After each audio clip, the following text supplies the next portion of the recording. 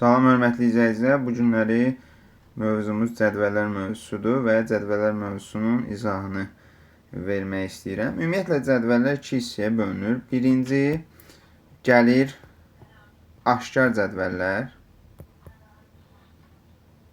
İkinci qeyri-aşkar cədvəllər. Aşkar cədvəl özləri də iki yerə bölünür. Toplama cədvəlləri və vurma cədvəlləri. Əgər bura toplama yazıbsa toplayırıq, vurma yazıbsa vururuq. Və bunların işləmə qaydası necədir? Bunlar sütun elementləri adlanır. Bunlar da sətr elementləri və z plus 1 burada x ilə y-in kəsişməsindədir. Bu o deməkdir ki, x ilə nə etməliyik? Toplama var burada. X ilə y-in cəmi bizə z plus 1-i verir. Və bir də z ilə y-in kəsişməsində z üstəgəl y bərabərdir x plus 3-ə. Aldıq sistem tənlik. Sistem tənliyi həll etməyi bacaranlar cədvəllərdə tənlik tipli cədvəlləri çox rahat şəkildə həll etməyi bacaracaqlar.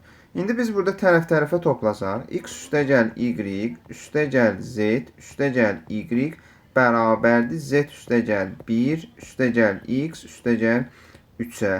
Burada z-lər gedəcək, x-lər də gedəcək, qalacaq 2y bərabərdir 4-ə, y də bərabərdir 2-yə. Məndə də y-in qiymətini istəyirdi, y bərabərdir 2. İndi bunun vurmasına baxaq. Deyək ki, vurma tipli olan cədvəllərdə nə edəcəyik? Məsələn, ikinci sualda. İkinci sualda k-nı k-ya vuranda, çünki 16k ilə k-nın kəsişməsində. K vur k bərabərdir 16. Bu o deməkdir ki, k kvadratı 16-dır. Və onda k nəyə bərabər olmalıdır? 4-də. Çünki 4-ün kvadratı 16 edir. K 4-dür. Gətirək yazaq. 4-ü elə vuranda 12 edirsə, el 3-dür. Çünki 3-ü 4-ə vuranda 12 edir. İndi bir də k 4-dür. 4-ü m-ə vuranda 24 edirsə, m də 6-dır. Və 3-ü də 6-ya vuranda 18 edir. D variantı. Başqa tipli sual nümunəsinə baxaq. Məsəl üçün, 3-cü sual. 3-cü sualda artıq bizdən qiymət istəmir. Bizdən k-nı el ilə ifadə eləməyimiz tələb olunur. Burada yenə birinci cədvəldə gördüyümüzü köçürdürük. Nə görürük? K ilə m-in hasili, çünki vurma cədvəlidir, ona görə hasil 52-yə bərabərdir. M ilə l-in hasili isə m vur l bərabərdir 26-ya. Burada aldıq sistem tərini. İndi bunları tərəf-tərəfə bölsək, k vur m böl m vur l bərabərdir 52 bölünsün 26-ya. Burada m-lər ixtisar gedəcək. Qalacaq k bölünsün l. 52-ni də 26-ya bölündə 2. Onda k da buradan bərabərdir 2l-ə. Bizdən də k-nın qiymətini soruşurdu. K 2l-ə bərabər olmuş olacaq. Daha sonra bunların ikili olan versiyalarına baxaq. Məsələn, 10-cu tipli sual nümunələrində həm toplama var, həm vurma cədvəli var. Burada nə etmək lazımdır? Yenə o birisi işlədiklərimiz kimidir. Köçürək. Nə görürük burada? Burada görürük ki, A ilə C-nin cəmi 18-ə bərabərdir. B ilə C-nin cəmi 20-yə bərabərdir. Və A-nı da B-yə vuranda 63 eləyir. Və bizdən C-nin qiymətini tapmaq tələb olunur. Biz burada nə edə bilərik? Bir toplaması var, bir vurması var. İndi təbii ki, yerinə rəqəm qoyaraq da işləmək olar. Ancaq yerinə rəqəm qoymaq bir nöqtədən sonra işə yaramayacaq. İndi digər sual nümunələrini izah edəndə görəcəyik ki, orada rəqəm qoya bilmərik. Bunun birinci rəqəm qoymamızdan əvvəl A vur B-yə. Gəlin bunları tərəf-tərəfə çıxaq. B üstəgəl C-dən çıxaq. A çıxılsın C-ni. Bərabərdir 20 çıxılsın 18, yəni 2-yə. Burada C-lər getdi, qaldı B çıxılsın A bərabərdir 2. İndi B-dən A çıxanda 2 edir, vuranda da 63 edir. O hansı ədədlərdir ki, fərqi 2, hasili 63 eləsin. Təbii ki, 9 ilə 7. Demək, B 9-dur, A da 7-dir. Aha, indi C-ni tapmağa nə var ki? B 9-dur. 9-un üstünə 11 gəlində 20 eləyir. Ona görə C-nin qiyməti 11-ə bərabər olacaq. Daha sonra imtahanlarda düşmüş sual nümunələrinə baxsaq, 11-ci sual tipli nümunələr. Yenə gördüyümü köçürdürəm. A vur B. A-nı B-yə vuranda 15 eləyir. C-ni A-ya vuranda, yəni A vur C 20 eləyir. Bir də B-ni C-yə vuranda 12 eləyir. Aldıq sistem tənlik. İndi bunları iki cür işləyə bilərik. Ya qruplaşdırma metodu ilə, ya da ümumi hamısını yaza bilərik. Gəlin ümumi birinci hamısına baxaq. Ümumi hamısını bir-birinə vursaq, bax, A vurulsun, B vurulsun, A vurulsun, C vurulsun, B vurulsun, C. Bərabərdir. Bərabərliyin bu tərəfində hamısını bir-birinə vuraq. 15, 20, 12. Onda alıram ki, A kvadratı, B kvadratı, C kvadratı bərabərdir 3600-ə. İndi burada ABC ilə var da, bunu bu şəkildə yaza bilərəm. ABC mötərizə kvadratı. İndi nəyin kvadratı 3600 eləyir? Təbii ki, 60-ın. Onda ABC-nin hasili 60-a bərabərdir. Biz burada artıq A vurulsun B-nin qiymətini bilirik. 15-dir. İndi gətirib onun yerinə qoyuram. 15-i C-yə vuranda 60 eləyirsə C 4 olur. Gətirdik bura yerinə qoyuruq. C 4-dürsə 4-ü 5-ə vuranda 20 eləyir. A 5-dirsə 5-i 3-ə vuranda 15 eləyir. Ona görə ABC-ni rahat şəkildə tapa bilirəm. İndi buradan da A üstəgəl C bölünsün B-nin qiymətini soruşur. Onu da rahat tapmaq olar. İkinci üsul isə qruplaşdırma üsuludur. Qruplaşdırma da mümkündür. Tutaq ki, qruplaşdırma necə olur? Birinci tənli ilə ikincini qruplaşdıra bilərsən. Birinci tənli ilə üçüncünü qruplaşdıra bilərsən. Ya da ikinci tənli ilə üçüncü tənliyi qruplaşdıra bilərsən. Yazaq. A vurulsun B 15 eləyir. B vurulsun C 12 eləyir. A vurulsun C də 20 eləyir. Aha. Biz bunu necə qruplaşdıra bilərik? Gəlin burada birinci tənliyi ilə üçüncü tənliyi qruplaşdıraq. Fərqi yoxdur. 1-2-ni də eləmək olar, 2-3-ü də eləmək olar. Gəlin 1 ilə 3-ü qruplaşdıraq. Bu ikisini bir-birinə vuraq. A vur B, vur A, vur C. Bərabərdir 15 vurulsun 20-yə. Aha. İndi burada A kvadratı vurulsun B vur C bərabərdir 300 alınır. B vur C-nin qiymətini bilirəm də. B vur C nəyə bərabərdir? 12-yə. Buradan rahat şəkildə A-nı tapa biləcək. Yəni, qruplaşdırma metodu ilə də eləmək olar. Həmçinin ümumi üçünü də istifadə eləmək olar. İndi bunun bir də toplaması var. Toplamasına da baxaq. 17-ci sual nümunəsində. Bizdə toplamada verib ki, A ilə C-nin kəsişməsi A üstəgəl C 15-ə bərabərdir. A ilə B-nin kəsişməsi 21-ə bərabərdir və C ilə də B-nin kəsişməsi 10-a bərabərdir. Yazaq. İndi bunları hamısını bir yerdə toplasaq ümumi. A 2A eləyəcək. B 2B eləyəcək. Və C 2C eləyəcək. Bərabərdir 15, 20, 10-un cəmi, yəni 46-ya. Və burada 2-ni mötərizə xaricdən çıxartsam, A üstəgəl B üstəgəl C bərabərdir 46 və A üstəgəl B C nəyə bərabər olmuş olur? 23-ə ki, 23-ü 2-ə vuranda 46 eləyir. Və məndən də ABC-nin cəmini soruşur.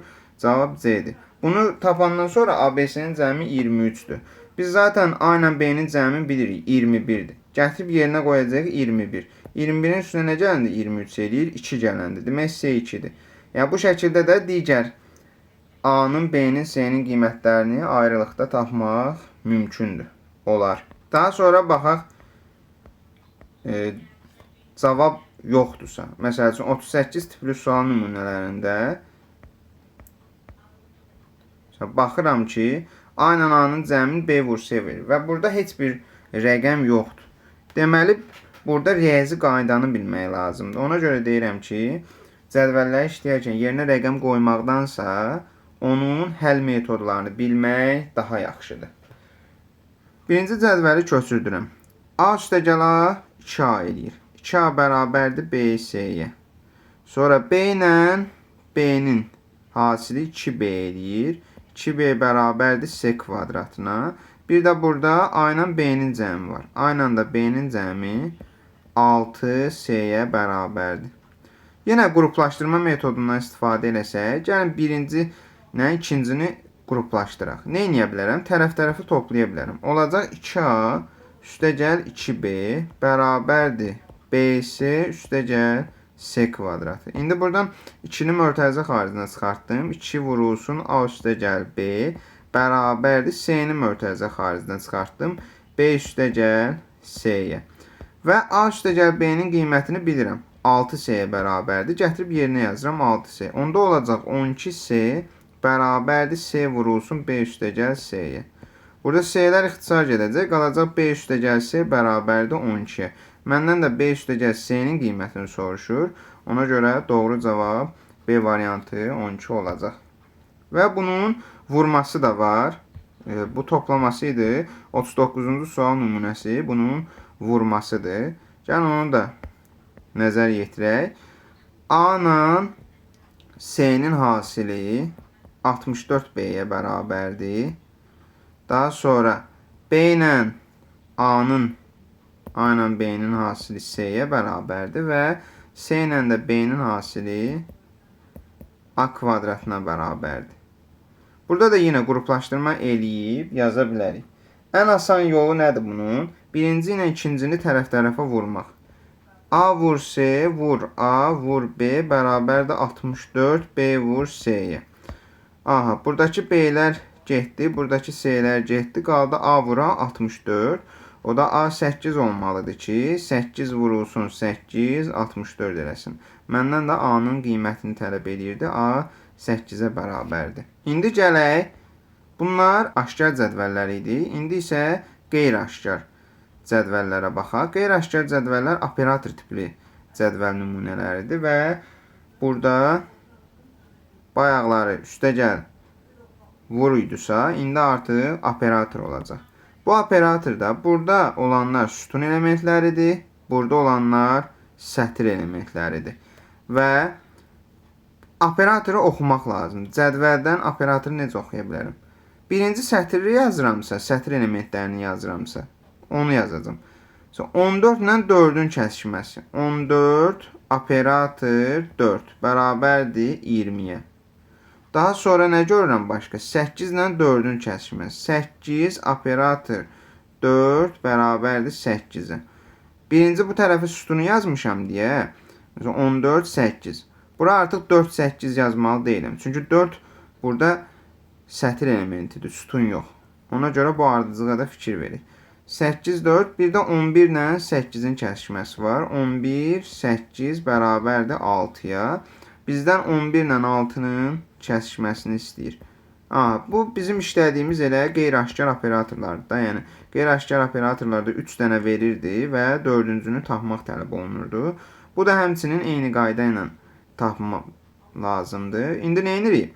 Bura A-dır, bura B desək, onda A-dan B çıxacaq, vuracaq 2-yə.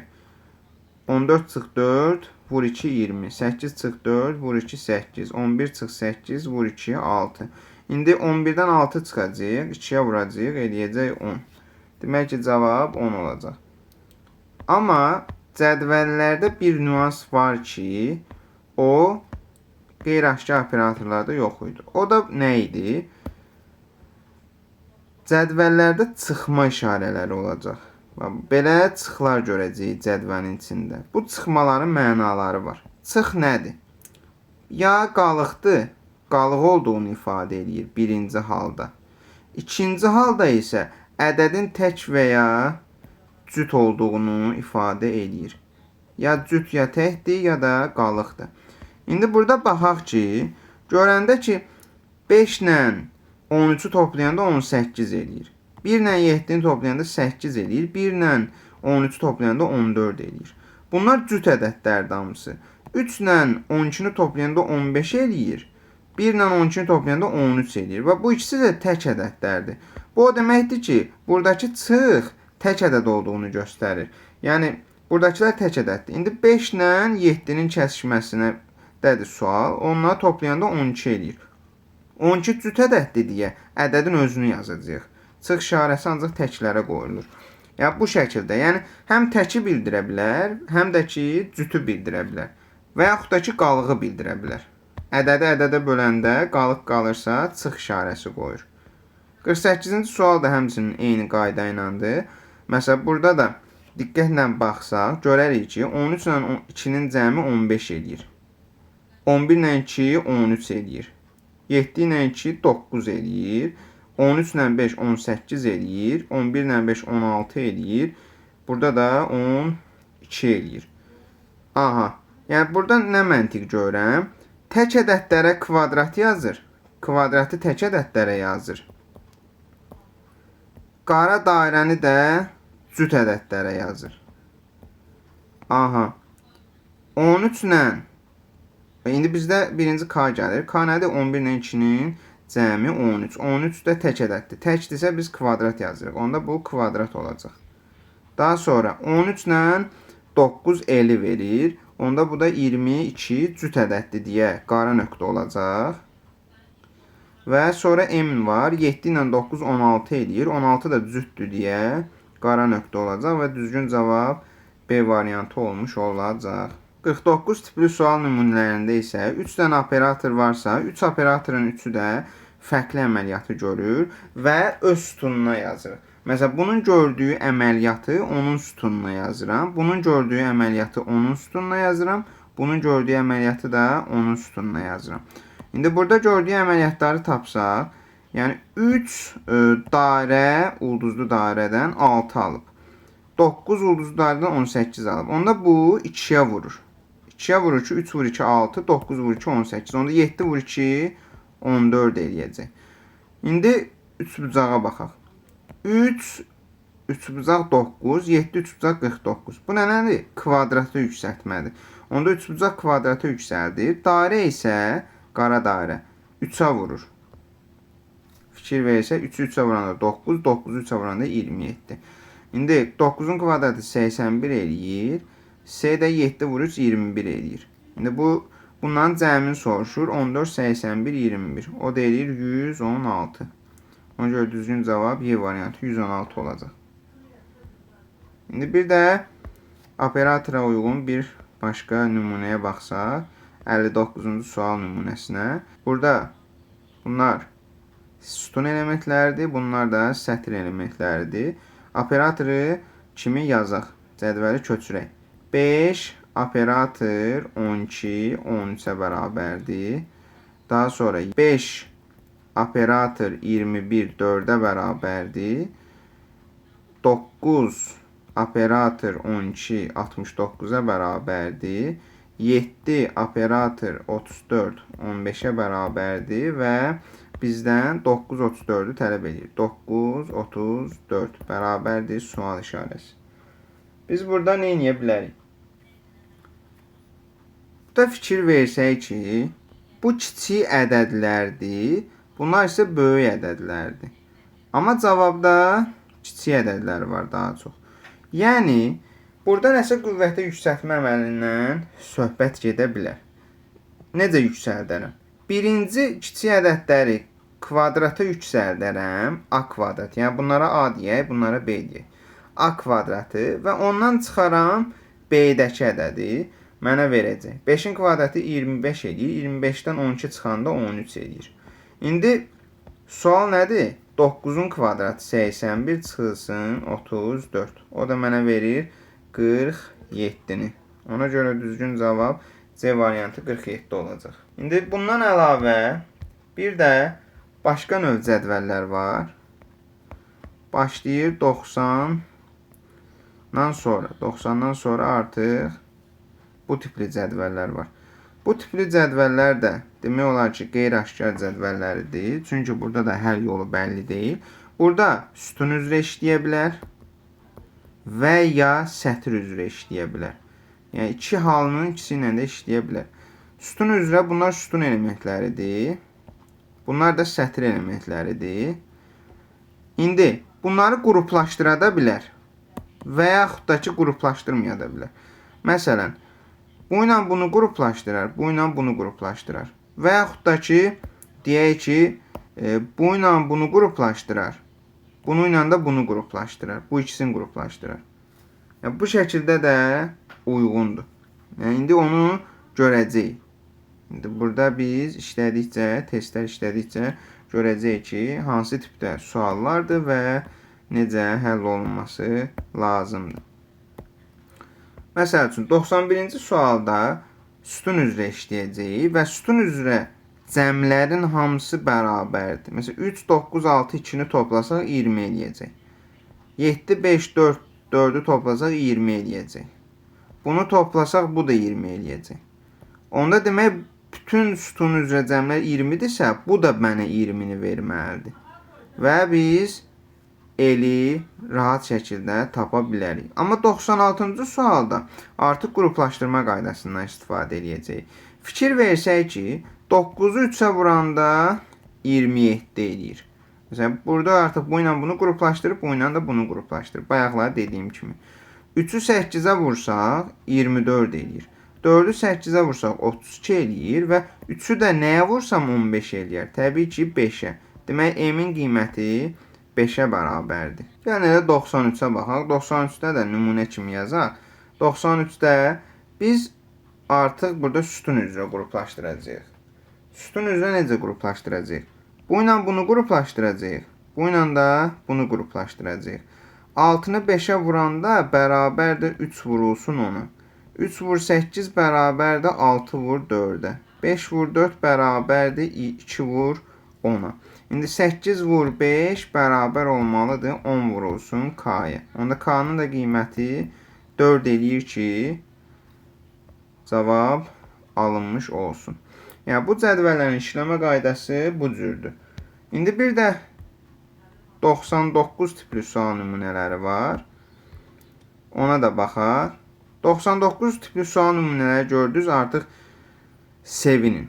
Çünki burada bu qara xəttin bir mənası var. Bu qara xəttin mənası odur ki, sən uzağa getmə. Cavablar bax buradadır. Cavab budur.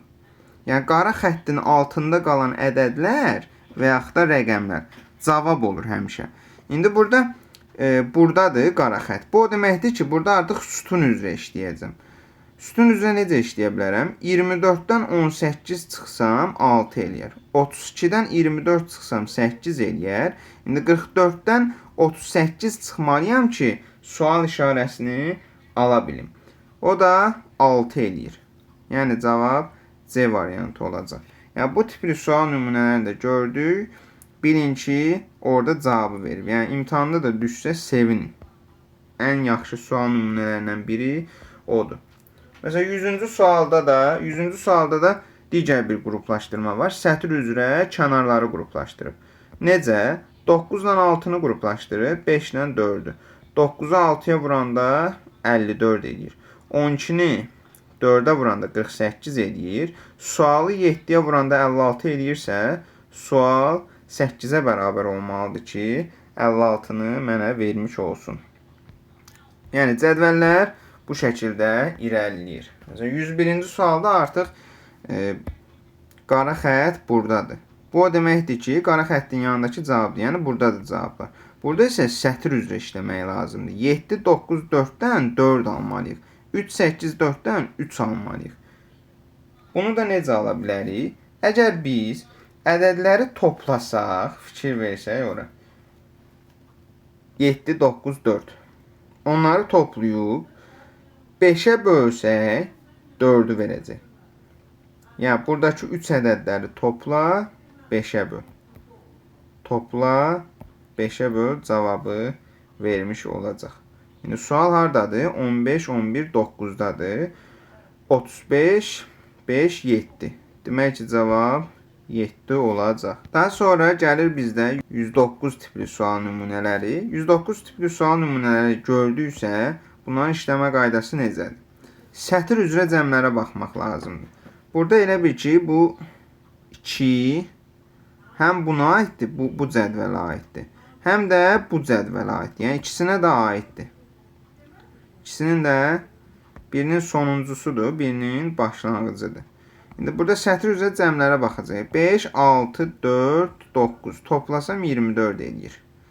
6, 7, 7, 3, 8, 24 edir. Daha sonra bunları toplasaq, bu mənə 22-ni verəcək. 6, 0, 1, 2-ni toplasaq mənə 9-u verəcək. İndi gəlirəm, aşağıdan başlayıram toplamağa. Sətr üzrə cəmi. Bu mənə 9, 4, 3, 5, 21-i verəcək. Bunları toplasaq, bu da 21-i verəcək. Bunları toplasaq, 19-u verəcək.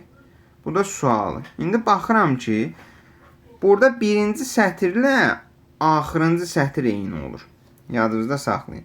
24, 21 olub. 24, 21 olub. 22, 19 olub. Hamısı nə qədər azalıb? 3 vahid azalıb. Düzdürmü? Çünki 24 çıx 3, 21, 22 çıx 3, 19. İndi 9 da 3 vahid azalıb 6 olmalıdır və 2, 1, 0 sualın cəmi 6-nı verməlidirsə, sual işarəsi 3-ə bərabər olur. Yəni, bunun işləmə qaydası bu cürdür. Demin imtahanlarında da düşən sual nümunəsidir və rahat sual nümunəsidir. Bir də başqa bir nüans da var burada. Diqqətlə baxsaz görərsiniz ki, sonuncu sətirdəki rəqəmlər birinci sətirdəki rəqəmlərdir. 9, 9, 4, 4, 3, 6, 5, 5. Bir dənə rəqəm dəyişdi. 6, 3 oldu. Sonra 8, 8, 3, 3, 7, 7, 6, 3. 6 nə oldu? 3 oldu. 5, 5, 5, 5, 8, 5. Nə qədər azaldı? 3 vahid. 4, 4. İndi 2, 2, 1, 1, 0, 0. İndi 6 nə olmalıdır? 3. Ona görə sual işarəsi 3-ə bərabərdir. Yəni, bu şəkildə də işləyə bilərsiniz. Əgər rəqəmlər eynidirsə, işləyə bilərsiniz. Yox, əgər rəqəmlər eyni deyilsə, artıq digər göstərdiyim üsulla rahatlıqla işləyə bilərsiniz. Cədvəllər bu qədər. Cədvəllərdən sonra biz artıq digər cədvəl nümunələri olan oyun cədvəllərinə keçəcəyik və cədvəllər ümumi bütün sual tiplərinin izahını sizlərlə paylaşdım. İzləyiniz üçün çox sağ olun, təşəkkürlər.